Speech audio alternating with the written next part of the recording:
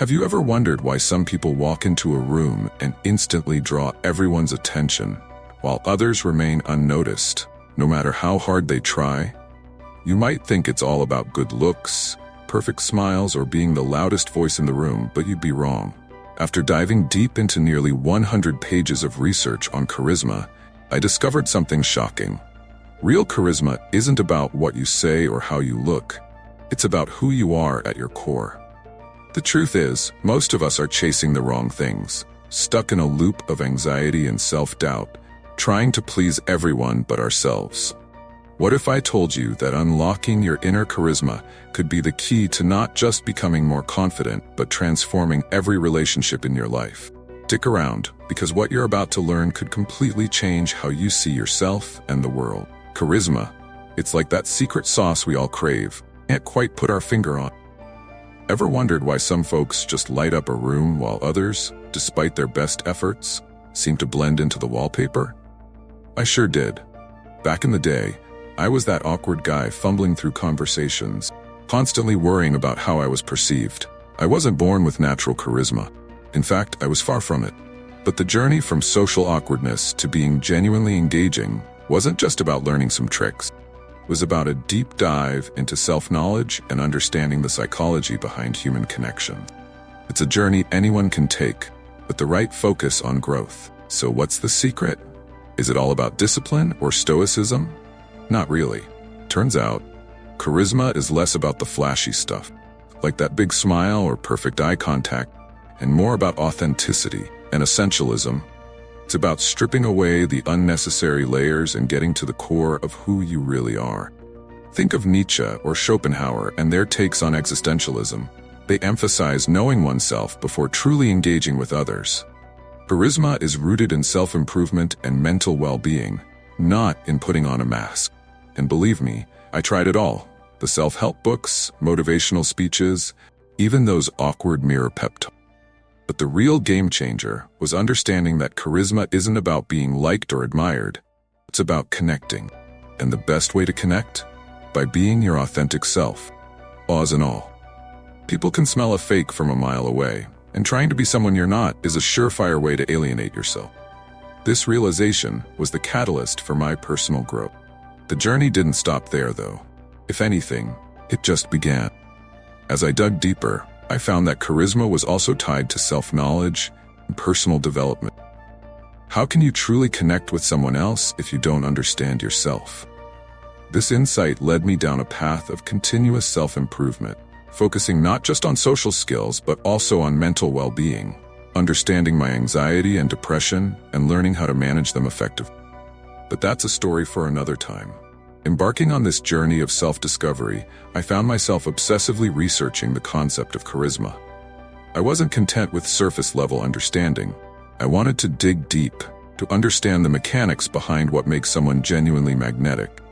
I ended up writing a nearly 100-page document compiling everything I learned: academic studies, books, articles, and perhaps most importantly, my personal experiences. Working in customer service was a goldmine for this kind of learning. It was a crash course in improving social skills and learning how to be more confident in real time. What did I find in all that research? It turns out, charisma is a lot like essentialism. It's about focusing on what's truly important, cutting through the noise of superficial social skills like forced smiles or rehearsed lines. You know, the stuff that's supposed to make you more likable. But charisma is more about the internal than the external. It's about authenticity, empathy, and a genuine desire to understand others. This is where my studies of psychology and philosophers like Marco Aurelio, Nietzsche, and Schopenhauer came in handy.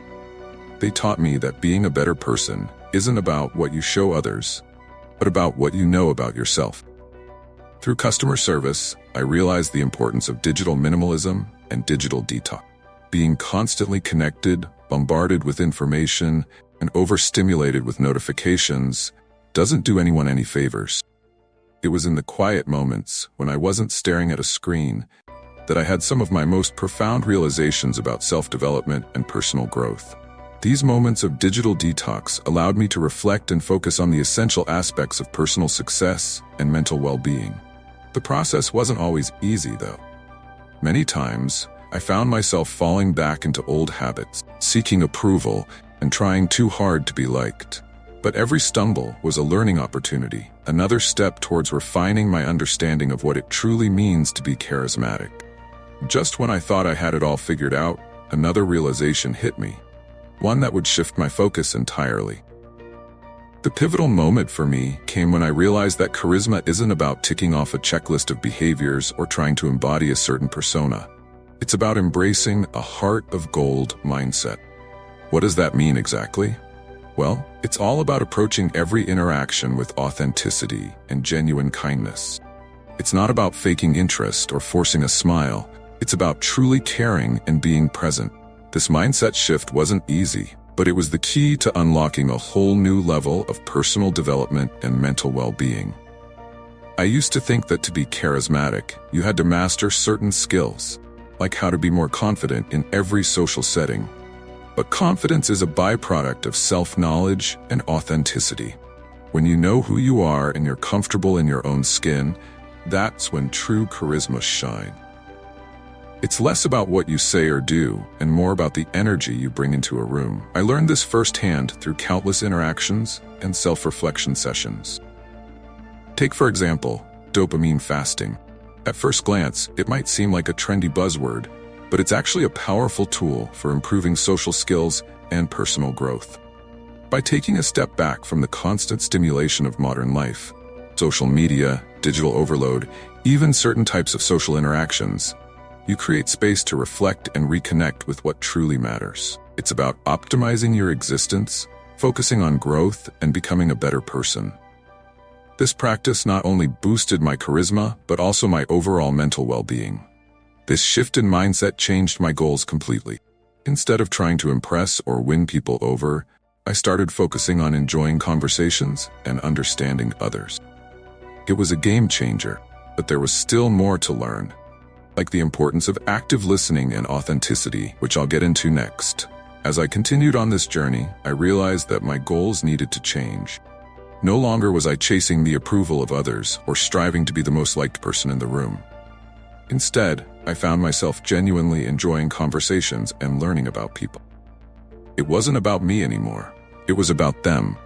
This shift in focus from self to others naturally made me more charismatic.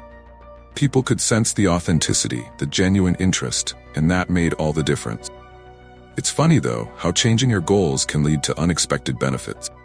As I stopped worrying about how others perceived me, my anxiety and depression started to lift. I wasn't constantly in my head, overanalyzing every interaction. Instead, I was present, engaged, and dare I say it, happy. This new mindset was not just good for my social life. It was good for my mental well-being too. Personal development isn't just about learning new skills. It's about shifting your mindset and focusing on growth in all areas of life. And here's the thing. This new approach to conversations and social interactions actually improved my social skills. When you're not trying to impress, you're free to be yourself. You're more relaxed, more engaging, and more open. People respond to that. They appreciate authenticity over perfection. It's a lesson that's hard to learn, but incredibly rewarding once you do. But there was another key element that I hadn't yet mastered, something that would further deepen my connections and help me continue to grow. It's something we all think we do well, but often don't: active listening. I'll dive into that next. Active listening. Sounds simple, right? But how often do we truly listen to someone without preparing our response or getting distracted? It took me a while to realize that genuine listening is an art form, one that goes hand in hand with authenticity. When you actively listen, you're fully present in the moment, showing the person in front of you that their words matter. It's not just about nodding or repeating back what they said. It's about understanding and engaging with their emotions and thoughts. In customer service, I learned this lesson the hard way. It wasn't enough to just solve a problem or answer a question. To improve social skills and build meaningful connections, I had to listen actively, pay attention to the tone, pauses, and what wasn't being said. This approach allowed me to connect on a deeper level, which is essential for personal growth and mental well-being. When you listen actively, you're not just hearing words, you're understanding the person behind them. This makes conversations more enriching and rewarding. One of my favorite practical examples of this is the reflective listening technique. It's something I picked up from Carl Rogers, a pioneer in psychology who emphasized the importance of empathy in human connection. The idea is to mirror back what the other person is saying in your own words, but not in a robotic way. It's more about capturing the essence of their feelings and thoughts. This not only shows that you're listening, but also helps clarify and deepen the conversation. It's a great tool for anyone looking to optimize their existence and become a better person. And here's the kicker. When you practice active listening, you naturally become more authentic. You're not trying to impress or prove anything. You're simply being present. This authenticity fosters trust and makes people more likely to open up to you. It's a powerful cycle that leads to deeper, more meaningful connections. But there's even more to uncover when it comes to understanding ourselves and others. And that's where psychological insights come into play. Psychology has always fascinated me, especially how it shapes our interactions and personal development. One of the most influential figures in my journey has been Carl Rogers, who emphasized the power of being genuine and empathetic.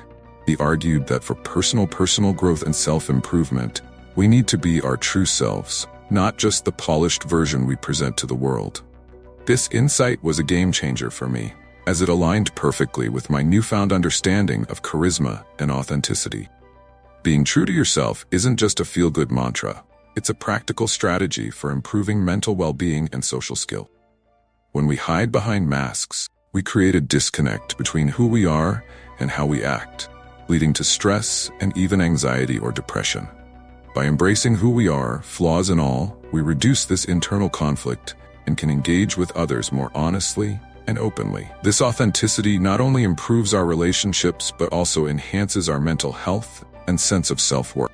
Take the concept of unconditional, positive regard from Rogers. It's about accepting others without judgment, which, surprisingly, starts with accepting ourselves first. If we can learn to be less critical of our own shortcomings, we can extend that same compassion to others. This approach doesn't mean ignoring faults, but understanding them in the context of human experience, essential for proactivity in personal development and mental well-being. This perspective fosters deeper empathy and makes us better listeners, improving our ability to connect genuinely with others. Psychological insights like these have a ripple effect on our lives. They teach us how to be more confident in who we are and how to navigate our social environments more effectively. But there's always more to learn, more ways to grow and refine ourselves. This brings us to the importance of continuous self-reflection and the practices that help us stay aligned with our authentic selves, such as mindfulness and self-awareness. Let's explore those next.